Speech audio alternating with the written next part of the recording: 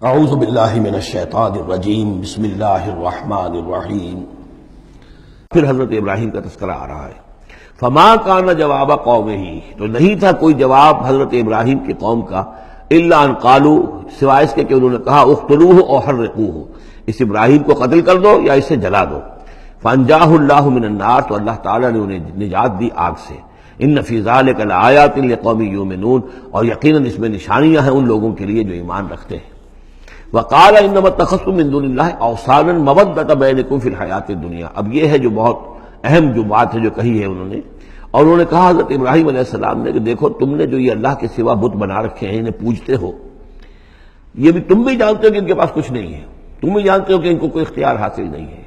تم بھی اور واقع ہو چکے میرے متنبع کرنے کے نتیجے میں تم آگاہ ہو چکے ہو کہ یہ تمہاری حماقت ہے، لیکن تم کیوں چمٹے ہوئے ہو؟ مودۃ بینکم فی الحیات الدنیا، دنیا کی زندگی میں تمہاری باہمی محبتیں جو ہے وہ چمٹا رہی ہیں۔ اب کیا کریں، ہماری قوم ہے، ہماری برادری ہے، ہمارا خاندان ہے، وہ سب یہی کر رہا ہے، میں اگر چھوڑ دوں گا تو میں آؤٹ کاسٹ ہو جاؤں گا، میں تو نکل جاؤں گا پھر برادری سے، اکیلا آدمی کیسا رہے۔ یہ چیزیں ہیں کہ جو انسان کو پھر جمع کر رکھتی ہیں۔ جیسے عصبیت کا ذکر آیا تھا پچھلی صورت میں کہ اب عصبیت نہیں ہونی چاہیے، اسی طریقے سے یہ عصبیت ہی نہیں بلکہ یہ کہ جتنے بھی رشتہ داریاں ہیں، دوستیاں ہیں، کاروبار ہیں، یہ معاملہ جو ہے کہ حق تم پر منکشف ہو چکا ہے، تم جان چکے ہو کہ یہ صرف کوئی شے نہیں ہے یہ تم کر رہے تھے، تمہارے آباء و اجداد نے جو رسمیں ڈالی ہوئی ہیں، اور تمہیں میں نے متنبع کر دیا ہے، تم نے اپنے جیوں میں جھانک کر دیکھ لیا ہے، اپنے گریبان میں جھانک کر دیکھ لیا ہے، اور تم پر یہ بات منکشف ہو چکی ہے کہ جو میں کہہ رہا ہوں وہ ٹھیک ہے، پھر بھی تم جو چمٹے ہوئے ہو اپنے اس نظام کے ساتھ، تو اس کا سبب صرف ایک ہے،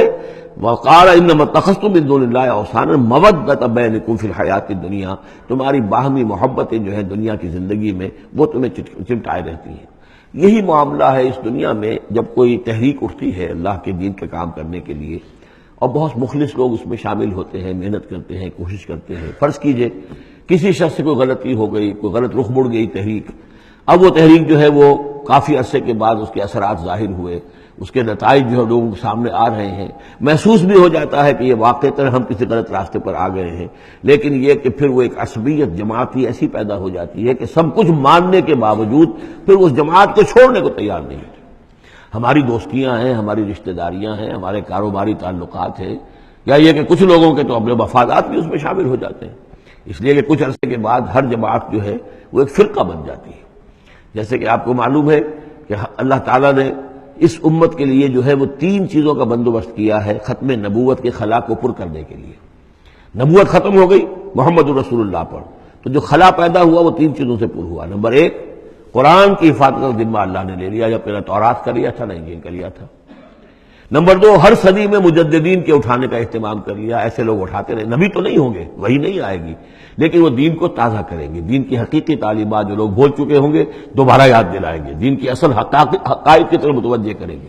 اور تیسرا یہ کہ ایک جماعت ضرور قائم رہے گی حق پر، لا تزال فی امتی طائفۃ قائمین علی الحق۔ اب ہوتا کیا ہے، ایک صدی میں کوئی ایک مجدد اٹھا، اس نے محنت کی، کوشش کی، جد و جہد کی، کچھ لوگ اس کے گرد آ گئے، جمع ہو گئے، اعوان و انصار ہو گئے، وہ ایک جماعت بن گئے، لیکن یہ کہ اگلی نسل میں کیا ہوگا، یہ لوگ جو آئے تھے اس کے ساتھ یہ تو آئے تھے فیس ویلیو پر اس کو قبول کرنے کی، یہ دعوت صحیح ہے، لیکن ان کی اولاد اب اس لیے چمٹ رہی ہے کہ ہمارے والد تھے اس جماعت میں، اب یہ عصبیت کا ایک سلسلہ شروع ہوا۔ تیسری نسل میں آ کر پھر یہ ہو جاتا ہے اتنے عرصے میں اس جماعت کا ایک حلقہ بن گیا، اس کے آپس کے دوستیاں ہیں، تعلقات ہیں، لین دین بھی ہے، رشتہ داریاں بھی ہو گئی ہیں، لہذا وہ ایک فرقے کی شکل اختیار کر لیتے ہیں، اب اس فرقے کے ساتھ چمٹ کر لوگ رہتے ہیں، لیکن پھر اللہ تعالیٰ کسی اور کو اٹھاتا ہے، اور پھر کوئی اللہ کا بندہ جو ہے اسی کام کو اثر نو شروع کرتا ہے۔ یہی ہوتا آیا ہے، اسی لیے ہر صدی میں مجددین، اس لیے کہ تیسری نسل میں آ کر دعوت جو ہے وہ لازماً اس کے اندر خرابی پیدا ہو جاتی ہے، اس لیے کہ حضور نے بھی فرمایا خیر امتی قرنی ثم الذین یلونہم ثم الذین یلونہم، بہترین میری امت کا دور تو ہے میرا اپنا دور، پھر وہ جو میرے بعد ہیں، اور پھر وہ جو ان کے بعد ہیں، تو 3 نسلوں کو آپ نے خیر قرار دیا ہے۔ اس کے بعد ظاہر بات ہے زوال آیا ہے، ہمارے ہاں بھی آیا ہے، جب حضور کی قائم کی ہوئی جماعت میں زوال آ گیا تو اور کون ہوگا بڑا سے بڑا شخص جس کی قائم کی ہوئی کسی جماعت میں زوال نہ آئے۔ یہ تو چیزیں ہوتی ہیں، لیکن ہر شخص کو ہر وقت دیکھنا چاہیے کہ آج کے دور میں دین کا وہ کام کس کے حوالے اللہ نے کیا ہے، کس کو توفیق دی ہے جو صحیح طریقے پر اس کام کو کر رہا ہے، اور اس کا ساتھ دینا چاہیے۔ کسی جماعتی عصبیت، جس طرح کسی قبائلی عصبیت کے اندر مبتلا نہیں ہونا چاہیے، ایسے ہی کسی جماعتی عصبیت میں بھی مبتلا نہیں ہونا چاہیے۔ یہ ہے وہ اہم بات جو یہاں آئی ہے۔ قال انما اتخذتم من دون الله اوثانا المودة بينكم في الحیات الدنیا ثم یوم القیامة یکفر بعضکم بعضا ببعض، پھر قیامت کے تم ایک دوسرے کا انکار کرو گے، تم ابھی تو بڑی دوستیاں ہیں، بڑا گٹھ جوڑ ہے، وَيَلْعَنُ بَعْضُكُمْ بعضا، تم میں سے بعض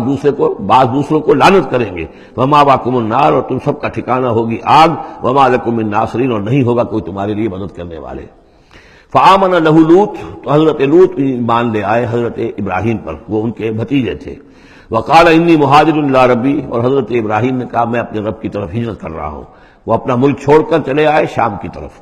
قرآن مجید میں کہیں بھی پھر اس کے بعد یہ تذکرہ نہیں ملتا کہ ان کی قوم کا کیا حشر ہوا، پیچھے ان کو ہلاک کیا گیا، کیا ہوا، واللہ عالم۔ انہ هو العزیز الحکیم، یقیناً اللہ تعالیٰ زبردست ہے، حکمت والا۔ ووہبنا لہ اسحاق و یعقوب، اور ہم نے اسے اسحاق جیسا بیٹا دیا، یعقوب جیسا پوتا دیا۔ وجعلنا فی ذریتہ النبوۃ والکتاب، اور پھر ہم نے اسی کی نسل میں، اسی کی اولاد میں نبوت اور کتاب رکھ دی۔ یہ نوٹ کر لیجئے کہ حضرت ابراہیم علیہ السلام کے بعد کوئی نبی، کوئی رسول اس دنیا میں ان کی نسل سے باہر نہیں آیا، لیکن یہ کہ ان کی نسل کہاں کہاں پھیلی ہے یہ ہم نہیں جانتے۔ حضرت ابراہیم کے بیٹے حضرت اسحاق، ان کی نسل کتنی تھی، کہاں کہاں گئی ہے؟ تورات میں تو محفوظ رکھا ہے صرف یعقوب کو، اس لیے کہ بنی اسرائیل کیونکہ یہ لوگ ہیں، اس اپنی نسلی وہ جو بات تھی اس کے حوالے سے حضرت یعقوب کے بارے میں تو ساری چیزیں موجود ہیں۔ حضرت اسحاق کی کوئی اور بیٹا بھی تھا کہ نہیں تھا؟ عیسو تھا مثلا، تو وہ عیسو کہاں ہے، اس کی اولاد کہاں گئی؟ اس طرح بنی قطورہ، کئی بیٹے تھے حضرت ابراہیم کے حضرت قطورہ سے، تو ان میں سے صرف ایک کا ہمیں تذکرہ ملتا ہے، اور وہ ہے حضرت شعیب جس نسل میں آئے ہیں، مریم کی اولاد، باقی کہاں گئے؟ تو اسی طریقے سے یہ کہ یہ در حقیقت یہ اولاد ابراہیم کہاں کہاں پھیلی ہے، جیسے کہ میرا گمان ہے کہ ہندوستان میں بھی آئی ہے۔ نہ صرف یہ کہ ہو سکتا ہے کہ حضرت اسحاق کی اولاد میں سے عیسو کی اولاد آئی ہو اور وہ یہاں پر آباد ہوئی ہو، لیکن یہ کہ ان کا تعلق بھی یہ خاص طور پر برہمن طبقہ جو ہے، میں سمجھتا ہوں کہ وہ اسی طریقے سے ابراہیم کی نسل سے ہے۔ برہمن ابراہیم سے تعلق رکھنے والا برہمن، تو یہ میں سمجھتا ہوں کہ لفظی جو ہے اس کے اندر مناسبت موجود ہے۔ واللہ عالم، یقین سے ہم نہیں کہہ سکتے، الا یہ کہ کوئی شخص ہسٹری کا اس کو اپنا ریسرچ کا موضوع بنائے، بڑا عالم ہو، وہ لائبریریاں جو ہیں کھنگالے اور پرانی تاریخیں دیکھے، شاید۔